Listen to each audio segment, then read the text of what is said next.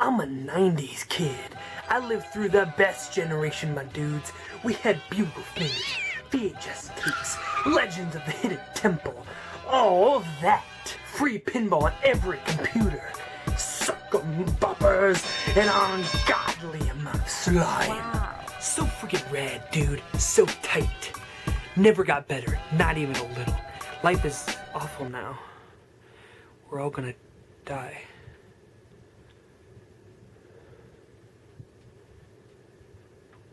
Especially when you remember the classic 90s kid introduction to the weird and creepy in the cowardly hero trope. Courage, the cowardly dog! Okay, so Courage the Cowardly Dog was a cartoon that aired on Cartoon Network between the years of 1999 and 2002. It became the highest rated show on the network at that time as well, which is wild to me. It was a comedy horror kids show from the mind of one John R. Dilworth. You know, that guy. As far as I can tell, he's just nobody and just got one weekly break. I can't really tell. I didn't do that much research anyway. The show stars three main characters: Eugene, Muriel, Now that's what I call one cute little old granny. and the titular hero, Courage.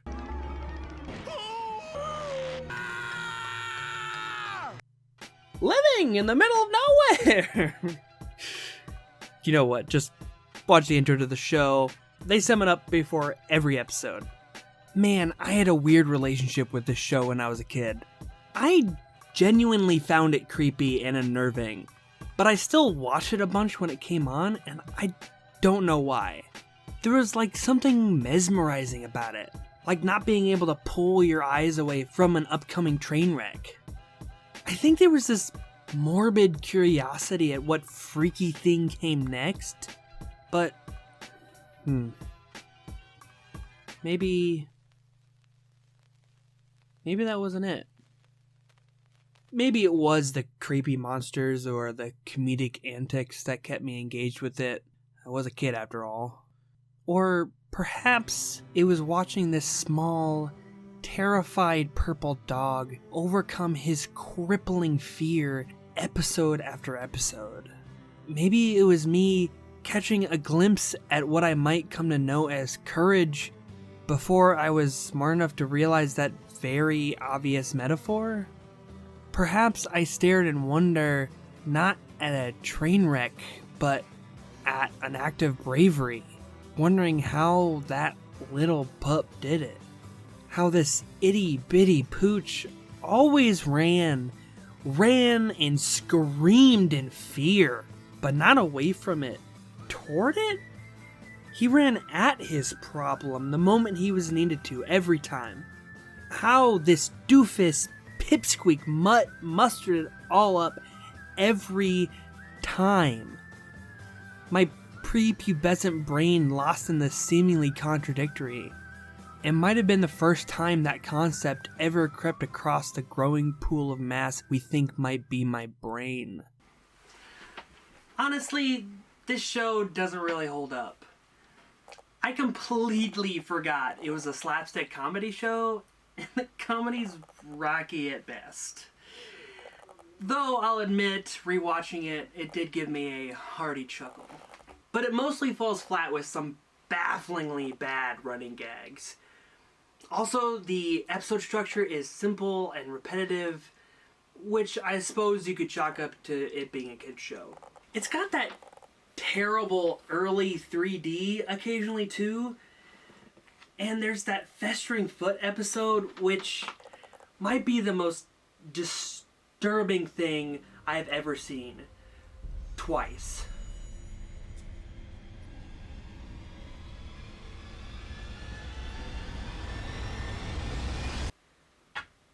But in preparation for this, I just couldn't keep watching because I was bored. But I'm not a kid anymore. And that doesn't mean the show is all bad, although the outdated southern stereotyping was far more noticeable. So perhaps this isn't a show that's going to be carried on for all eternity. There are going to be better options for the hearts and minds for our future generations. Yet I still remember all the lessons it imprinted onto me as a kid. And it feels obvious and cheesy to say this, but the lesson that fear is a necessary part of courage, and that courage comes from what we do in the face of that fear. Side note, the show ends in a pretty spectacular way by defeating toxic masculinity in the name of lesbian love. So freaking rad. You know, when I was growing up, I was a bit of a weird, feckless kid. I wasn't overtly shy or exceptionally nerdy like you see in movies, but that's just because I was decent at hiding it, I think. Not in the fake it till you make it way either, more in a laugh and roll kind of way. Like, I'm the kid from high school who you see in the yearbook, vaguely recognize, and move on with your life. As it were, I tended to fancy an escape most of the time. Video games with my siblings, and plenty of movies and TV shows with my mom. Having these other worlds to explore, or probably more importantly, characters to interact with, helped give me insights into the world and key life lessons to learn, like they do for all of us. Stargate, Star Trek, The Dick Van Dyke Show, Psych, House, Scrubs, Star Wars, Pirates of the Caribbean, Lord of the Rings, Home Alone. I gotta stop at some point. You get the gist. Anyway, I love all these to tears, but one piece of media has always stood atop as my favorite movie and trilogy of all time, and that is easily Back to the Future. Yes, I know it's not animated. Don't worry, it'll be quick. I don't know what it is exactly, but those movies have stuck with me for forever. There's something special about them that would take some time to dig out of my subconscious. What I do know is that I see myself in the part of Marty McFly that's afraid to send in his mixtape. He was a talented musician who didn't have the heart to take rejection. His major flaw in all three movies was his inability to accept his fear and in turn himself, afraid of the judgment cast from others. Like him, I hide from that fear and pretend I'm fine. The whole yellow shtick is a good representation of that, I think. Unable to look fear in the eye, either barreling towards cowardice or recklessness, or better yet for me, paralyzed by it. It wasn't until the end of it all that Marty had finally figured out who he was and found confidence in that. So, I've got the ideas from Marty and Courage on how to be courageous. Nevertheless, I still have my own demons, and I need to gain a bit more motivation against them.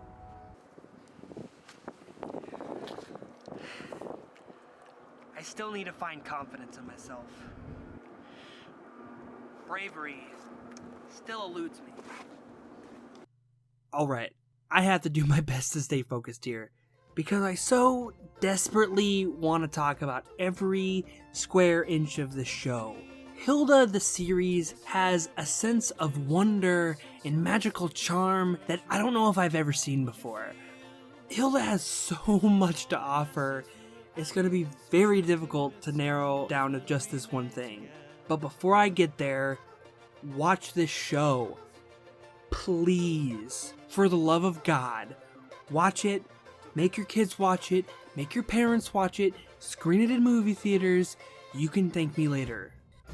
Hilda the series is about a little girl who lives with her mother and a deer fox named Twig who goes on adventures. It's based off of a children's book series of the same name written by Luke Pearson. This whimsical fantasy land was first scratched onto a page by Luke in 2010, featuring a nameless girl he started drawing just 2 years prior. Interestingly enough, he first pitched it as a cyclical ghost adventure story, but it eventually morphed into what we have today. That loose, ever-changing structure carried on as more books were written as well. Luke would often pitch a first rough draft that changed wildly by project's end. Luckily, his publisher, Nobrow Press, allowed him his creative freedom, otherwise who knows what the stories would look like today. Eventually, after much success as a children's book, it got a cartoon adaptation by Silvergate Media. Which brings us here.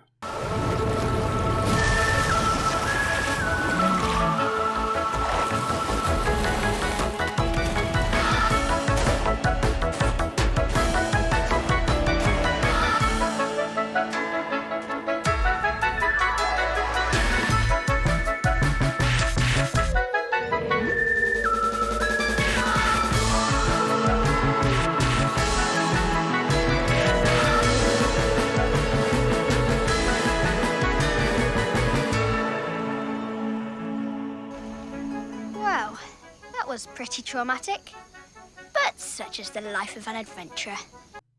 At its core, Hilda is a story about adventure and bravery. That's not all it has to offer, mind you, but like I said, gotta stay focused. Hilda's one of those protagonists that you just can't help but root for, love, and look up to all at the same time. The beautiful thing about her is how she lives an adventurer's life, with her bravery at the forefront. No reckless abandon wherever she goes. Well, okay, maybe a little bit of that. Okay, should I lower you down? No thanks, I'd rather jump. But an outlook of curiosity, empathy, and responsibility that is fueled by her strength. This is how the show takes us on such an effortlessly magical journey from episode 1. Her and us exploring this land of weird yet intriguing monsters, like a book of modern folklore, which coincidentally is part of what inspired Luke when creating this series. He was reading this set of Scandinavian folklore stories that to him were so plainly told that they felt like they could be real. And Hilda takes us into that mindset of putting away our disbelief and letting us imagine the world as she lives it. Whimsical and mysterious, she shares her curiosity with us in spades. So now it's just up to us to be brave enough to follow its pull. It's her courage, compassion, and straightforward nature that guides us through this world and what inspires us to do the same with our own. She teaches us to look at the world around us behind a lens of curiosity and imagination, urging us to go explore any way we can. So many things lie in wait for us over the wall, or up the mountain, or across the river, or anywhere you haven't gone before. That fear of the unknown is nothing but a hindrance, a challenge to be overcome. Not that she was perfect in that respect. The funny thing about these brave acts is that they never feel brave while we are doing them. Instead, they feel scary, painful, necessary, overwhelming, anything but brave. The first time I watched episode 7, I thought she was simply just afraid of riding a bike. Typical kid stuff, you know? But rewatching it gave me kind of a realization that just like me and Marty, she's not really scared of riding the bike. I mean, that's probably part of it still, but the main fear she had and that the nightmare showed us was that she's afraid of the disapproval of those around her. She's still a bit of an outsider of this town and its rules, so that potential judgment from even her friends is terrifying, making her feel even more separate from them and this society. And it's the end of that episode where she realizes the same lesson she was trying to teach David and that we learned from Courage. That you don't hide from your fear to be brave, you face it. Bravery isn't a trait we possess or don't. Bravery is something we do.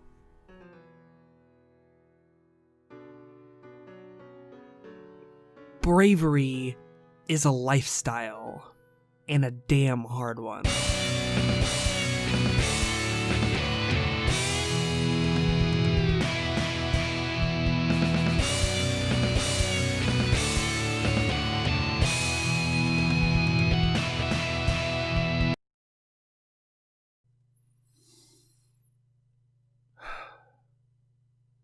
Look,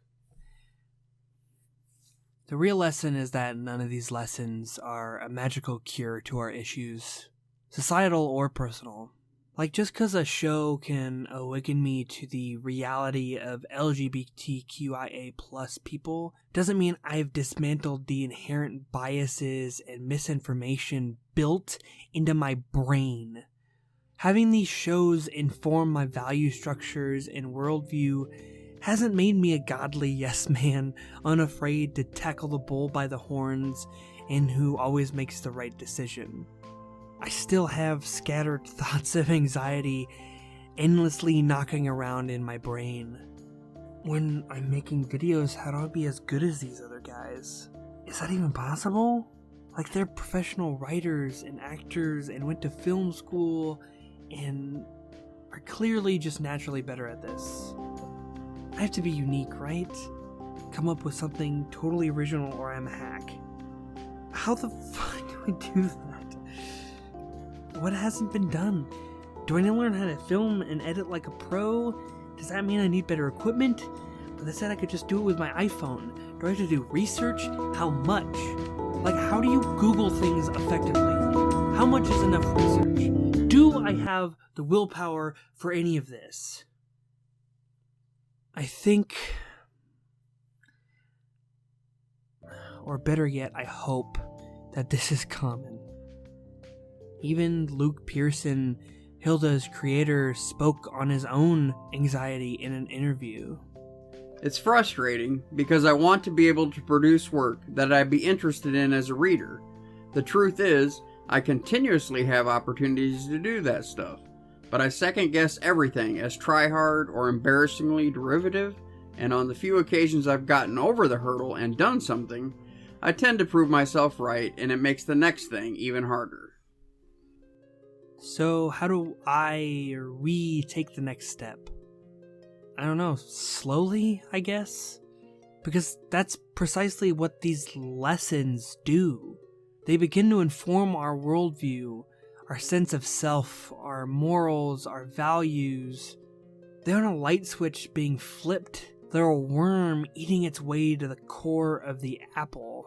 So we can start testing and applying these lessons to life. Even in small situations, we play with these ideas. Like, I'm a creature of habit, especially when it comes to food. I get the same snack foods every week, go to the same few restaurants, and get the same item off the menu every time. The tiny, insignificant act of trying a brand new item, I think, can be an adventure in its own right. Just a nugget of that courage to break from your comfort zone.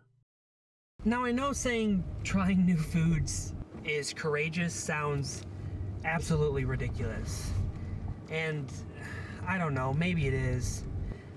But it's a bite-sized piece of that same mentality you think of when you envision true bravery. The willingness to push past your comfort zone in the hopes that anything better lies on the other side. The point is, just like many things, it's a process. Just like Luke, you can start somewhere and end up somewhere completely different. Bravery begets bravery in that sense. One small change can lead to another and build that muscle to take on bigger challenges. And it always helps to have a supportive hand along the way, you know, that allows you to grow. And as cheesy as it sounds, try to be that help when needed. It's always easier to be brave together.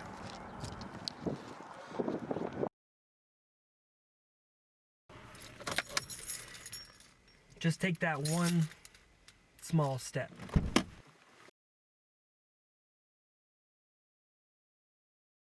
The brief glimpses of bravery I do have are empowered by these shows and by the messages they impart. I truly believe No Thanks I'd Rather Jump will influence, in at least some subtle way, my life for the better. Heck, the anime A Place Further Than the Universe stirred enough courage in me to start this very channel. If you want to hear more about that, just go check out my video dedicated to it. Maybe one of the mechanics of the video game of life is that my bravery meter is being charged up by it, but then anxiety would be the daily drain on that finite resource, and society is saying, but the meter's always full, right? And capitalism is the one putting a 3-day timer on it saying, pay extra now to use it or just fucking deal with it. Does this metaphor make any sense? The lessons we learn are invaluable, but they take time to develop from something we're taught, to something we utilize, to something we fully understand, to something we then can teach to others. We're all on some stage of that journey, and it's okay no matter where you are. God, this is cheesy. You shouldn't be punished for not being at the finish line already. I'd hope so, because I'm certainly not there. We're all different people with different journeys, so we just gotta try to understand and accept wherever someone is on that path. And instead of chastising them for not being the ideal model, like Hilda does to David, help each other up when you get knocked down, guide them through where you've been with love and understanding, and don't give up on them. Or yourselves for that matter. You can do this. We can do this. Never be ashamed or embarrassed about your work. Do what you want to do and make it as good as you can.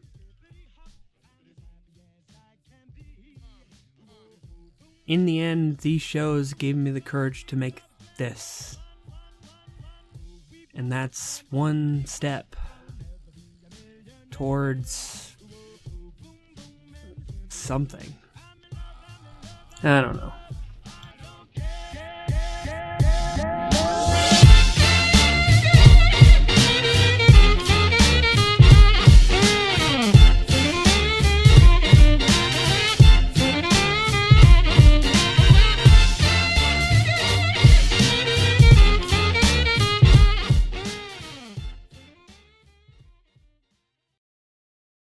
One, rolling. Adam, I love you. This is the test for the audio. This is the test? Come on, Sean. Well, I'm not going to be yelling the lines. Why not? You gotta. I could. Well, not use your indoor voice. I'm sorry. Adam! You piece of shit! God We'll damn bleep it. that out. Okay, well, Never be in shape. Bloopers. But I second guess everything as try hard or embarrassingly derivative. What? Stop You're that. doing so good. Give me this other one. I want to hear it. The funny thing about these brave acts is that they never feel brave while we are doing them. Instead, they feel scary, painful, necessary, overwhelming. Anything but brave. Bravery isn't a trait we possess or don't. I couldn't control myself.